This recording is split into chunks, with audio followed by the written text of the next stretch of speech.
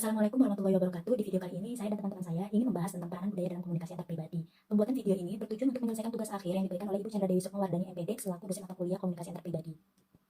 Sebelum masuk ke pembahasan, izinkan saya dan teman-teman saya yang ada di dalam video ini untuk memperkenalkan diri terlebih dahulu. Yang pertama ada Adinda Nadia Safira, yang kedua ada Azra Naila Halim, yang ketiga ada Nita Fauzia, dan yang keempat atau yang terakhir ada saya sendiri yaitu Siti Ainul Wardah. Saya Azra Naila Halim. Di sini saya ingin menjelaskan pengertian komunikasi dan budaya. Apa itu pengertian komunikasi dan budaya? Pengertian komunikasi dan budaya itu secara etimologis, komunikasi itu berasal dari bahasa Latin, yaitu communication, dan bersumber pada kata komunis.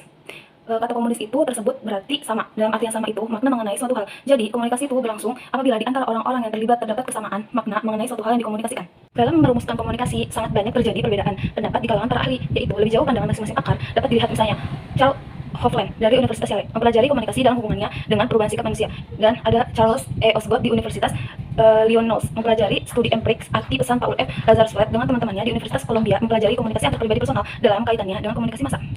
Dan ada juga pengertian budaya, yaitu budaya adalah hal-hal yang berkenaan dengan cara hidup manusia. Secara formal, budaya didefinisikan sebagai tatanan pengetahuan, pengalaman, kepercayaan, nilai, makna, hierarki, agama, waktu, peranan, hubungan ruang, konsep alam semesta, objek-objek materi, dan milik yang diperoleh sekelompok besar orang dari generasi ke generasi melalui individu dan kelompok. Nah, di sini saya ingin menjelaskan peranan budaya dalam komunikasi antara pribadi. Komunikasi dan kebudayaan tidak sekedar dua kata, tetapi dua konsep yang tidak dipisahkan, yaitu harus dicatat bahwa studi komunikasi antar budaya dapat diartikan sebagai studi yang menekankan pada efek kebudayaan terhadap komunikasi. Komunikasi antar budaya interaktif adalah komunikasi yang dilakukan oleh komunikator dengan komunikan dalam dua arah atau timbal balik, namun masih berada tahap rendah, baik komunikasi interaktif maupun transaksional, mengalami proses yang bersifat dinamis, karena proses tersebut berlangsung dalam konteks sosial yang hidup, berkembang, dan bahkan berubah-ubah berdasarkan waktu, situasi, dan kondisi tertentu. Karena proses komunikasi yang dilakukan merupakan dinamisator atau penghidup bagi proses komunikasi tersebut.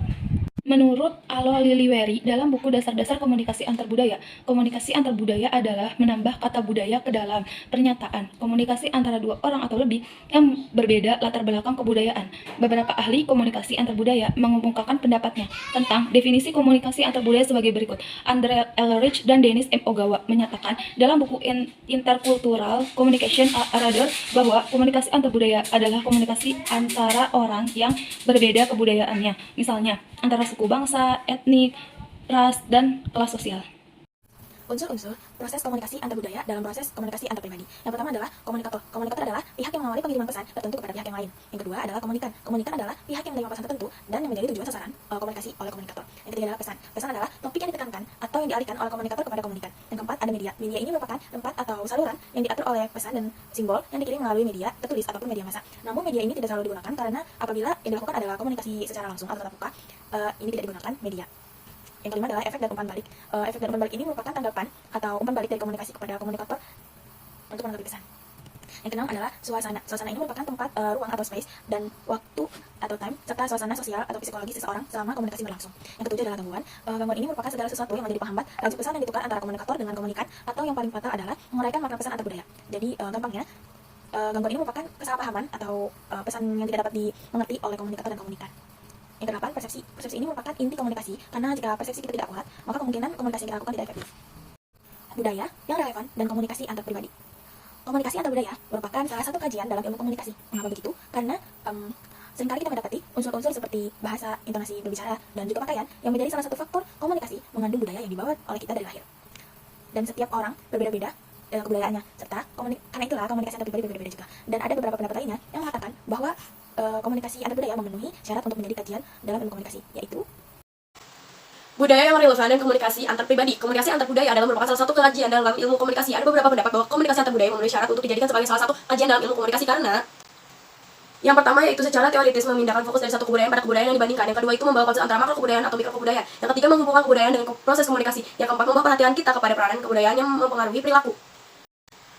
Selanjutnya yaitu menghadapi perbedaan budaya. Yang pertama adalah budaya maskulin dan feminis. Budaya maskulin dan feminis memang berpengaruh terhadap perbedaan gaya komunikasi seseorang. Istilahnya di atas tidak bisa dipisahkan dengan seksualitas atau gender. Secara umum maskulin diartikan sebagai sesuatu yang memiliki sifat-sifat kejantanan.